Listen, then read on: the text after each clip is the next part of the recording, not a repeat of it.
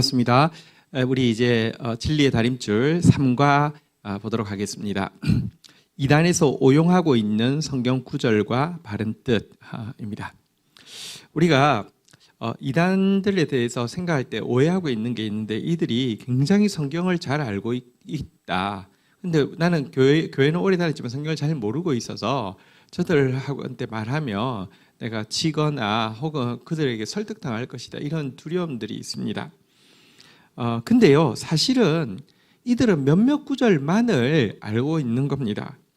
그리고 그 몇몇 구절에 대해서 자기 방식으로 해석을 하는데요, 그게 사실은 자기들이 제시하고 있는 구절의 진짜 뜻과 그 구절의 전후 문맥상의 논리를 보면은 자기들이 말하고 있는 것 자체가 틀렸다는 것을 잘 보여줍니다. 그래서 이번 과에서는 이제 이단이 사용하는 웬만한 성경 구절들은 다 이렇게 찾아서 기록을 해놓았고요. 그리고 그것을 뭐라고 왜곡해서 가르치는지와, 근데 실제로 그 구절이 뜻하는 바가 무엇인지를 오늘 좀 나누려고 합니다. 구절들이 많은데 나열식으로 하지 않고요. 저희가 지금 조직신학이라는 얼개를 한 7가지로 나누어서 이렇게 좀 설명을 했지 않습니까? 계속 그 조직신학의 얼개에 맞추어서 그들이 성경론에 대해서 오용하고 있는 구절들, 그들이 신론에 대해서 오용하고 있는 구절들, 그들이 인간론, 죄론에 대해서 오용하고 있는 구절들, 그리고 그들이 기독론에 대해서 오용하고 있는 구절들, 이런 식으로 좀 나누어서 보도록 하겠습니다. 제일 먼저 성경론에 대한 오용입니다. 성경과 계시에 대한 오용. 성경 구절 한번 볼까요? 마태복음 13장 33절 34절 말씀. 예수께서 이 모든 것을 무리에게 비유로 말씀하시고 비유가 아니면 아무것도 말씀하지 아니하셨으니 이는 선지자를 통하여 말씀하신 바 내가 입을 열어 비유로 말하고 창세로부터 감추인 것을 드러내리라 함을 이루려 하심이니라. 마가복음에도 비슷한 말씀이 있습니다. 마가복음 4장 11절 12절. 이르시되 하나님 나라의 비밀을 너희에게는 주었으나 외인에게는 모든 것을 비유로 하나니 이는 그들로 보기는 보아도 알지 못하며 듣기는 들어도 깨닫지 못하게 하여 돌이켜 죄사함을 얻지 못하게 하려 함이라. 자, 이 두 구절, 이거 신천지에서 제일 강조하는 구절이죠. 무엇이라고 왜곡하냐고 하면 봐라, 모든 성경은 비유로 기록되어 있다. 그리고 이 비유에 감추어진 뜻은 어떤 특별한 존재가 와야지만 풀 수 있다. 그런데 그것이 바로, 그자가 바로 이만희다. 그래서 이 이만희를 통하여서 비유의 참뜻을, 비유풀이를 통하여서 배우지 못한 사람은 죄사함을 받지 못한다. 이렇게 가르치고 있는 왜곡하고 있는 구절인데요, 전혀 그렇지 않습니다. 예수님은, 복음서를 보십시오. 예수님은 가르치실 때 은유뿐 아니라 지규도 하시고요, 잠언, 수수께끼, 역설, 풍자, 질문, 여러 이렇게 방법으로 하나님 나라에 대해서 가르치셨습니다. 그런데 예수님의 사역 후반부에서 특별히 대중들을 대상으로 설교하실 때는 주로 비유를 사용하셨습니다. 이유가 무엇이냐고 하면요, 비유는 특성이 있습니다. 비유는 어렵게 하기 위한 겁니까? 쉽게 하기 위한 겁니까? 쉽게 하기 위한 겁니다. 어린아이같이 겸손한 자들은요, 비유를 하면 훨씬 더 잘 알아듣는데요, 지금 교만하고 예수님의 말씀에서 뭔가 교리적인 그 책망거리를, 그리고 정죄거리를 찾으려고 하는 사람에게는 딱 구체적으로 저게 무슨 말 하는 거야 알지 못하는, 그러니까 사실은 교만한 자에게는 더 안 들리고 겸손한 자에게는 더 잘 들리게 하기 위해서 어린아이들은 워낙에 뭐 이렇게 표현할 때 비유로 많이 이렇게 해서 가르치잖아요. 그죠? 그런 차원이지 모든 말씀을 비유로 하셨다, 전혀 그렇지 않다는 것입니다. 자, 두 번째 성경 구절 한번 보겠습니다.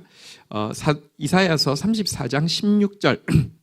너희는 여호와의 책에서 찾아 읽어보라. 이것들 가운데 빠진 것이 하나도 없고 제짝이 없는 것이 없으리니 이는 여호와의 입이 이를 명령하셨고 그의 영이 이것들을 모으셨음이라. 자, 여기 보니까 뭐라고 되어 있습니까? 여호와의 책에서 찾아서 한번 읽어봐라. 이게 서로 제 짝이 없는 게 없다.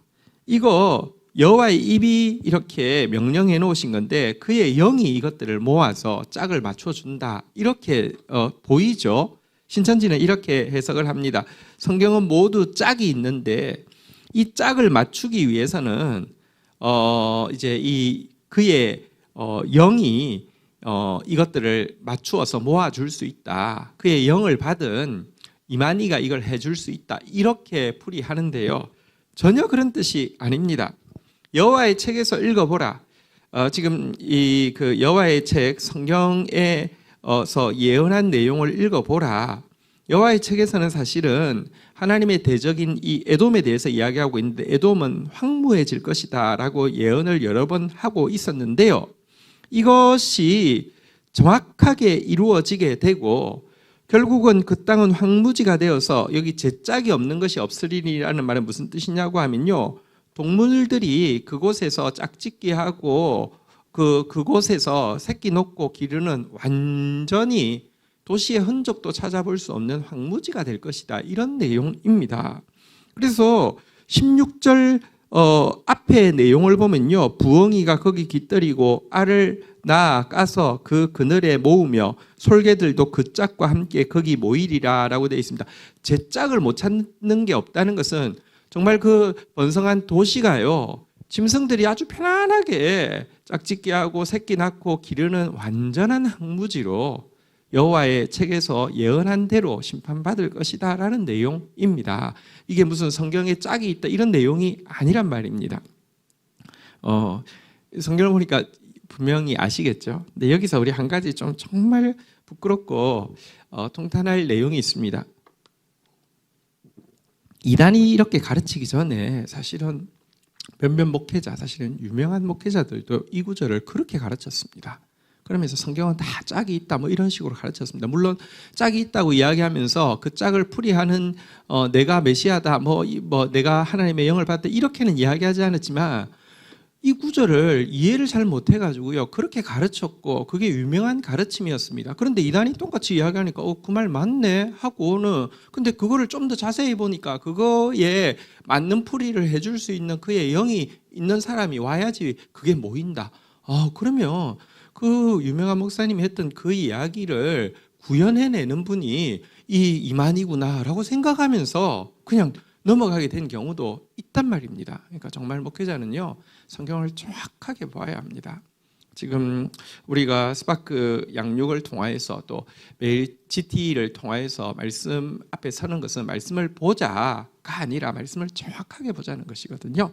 자, 이제 세 번째 말씀, 성경론에 관한 세 번째 말씀 보겠습니다. 요한복음 16장 12절에서 13절. 내가 아직도 너희에게 이를 것이 많으나 지금은 너희가 감당하지 못하리라.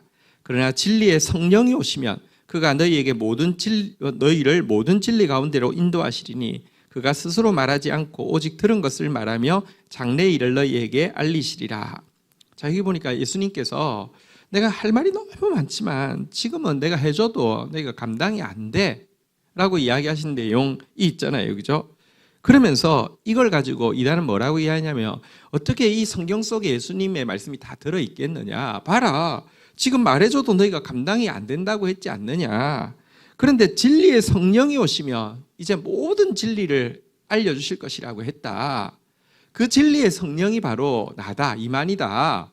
그러니까 이만희가 하는 말씀이 이제 성경을 완성하는 것이다. 이런 식으로 가르치고 있다는 것입니다. 너희에게 장래일을 알려줄 거다. 이게 이제 진짜 마지막 그 구원의 열쇠는 예수님이 다 하지 못한 말은 이만희가 한다. 이렇게 이야기를 하는 것이거든요. 대표적인 이단들의 주장이죠. 이걸 직통계시라고 하는데요. 예수님께서 하신 말씀, 성경에 기록된 말씀 외에도 새로운 계시가 올 수 있다라고 이야기하는 게 이단의 가장 대표적인 특징이죠. 근데 이 구절이 전혀 그런 뜻이 아닙니다.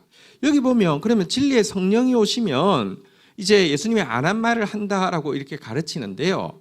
그래서 진리의 성령이 오면 이제 미래 일을 마지막 그 구원의 마지막 퍼즐을 그 진리의 성령이 맞추어서 이제 구원한다 이런 식으로 해석했는데요. 성경 구절을 다시 한번 볼까요? 요한복음 16장 12절에서 13절에서 13절 한번 보세요.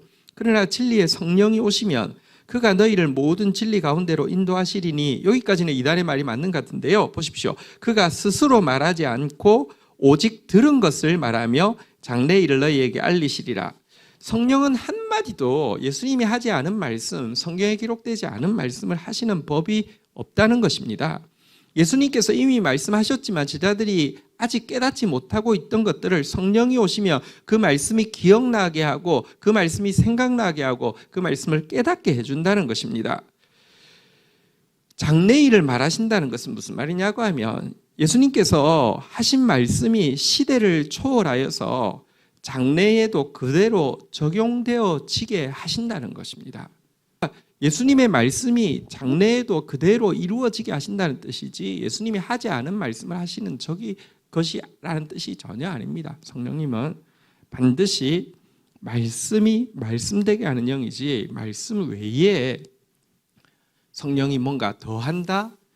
예수님 뭐라고 했습니까? 성경에 조금이라도 더하는 자는 성경에 기록된 모든 재앙을 더할 것이고 조금이라도 빼는 자는 성경의 생명책에서 자기 이름을 뺀다고 했습니다. 성령은 말씀대로 역사하는 영입니다. 자, 이것이 성경론에 대한 이단의 대표적인 주장들이었습니다.